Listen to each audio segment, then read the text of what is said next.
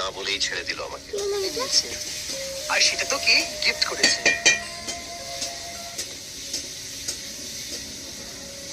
খুব ভালো মানুষ তোমার বাবা, কিছু না বলেই ছেড়ে দিল আমাকে। তুমি মানুষ না অন্য কিছু? তোমার মধ্যে মনুষ্যত্ব বলে কিছু আছে? দয়া, মায়া, ভালোবাসা কিছু আছে তোমার মধ্যে? ডিসকভারি চ্যানেলে যখন আমরা দেখি একটা বাঘ একটা হরিণকে তাড়া করছে, তখন আমরা সবাই ঈশ্বরের কাছে প্রার্থনা করি যেন হরিণটা বেঁচে যায়।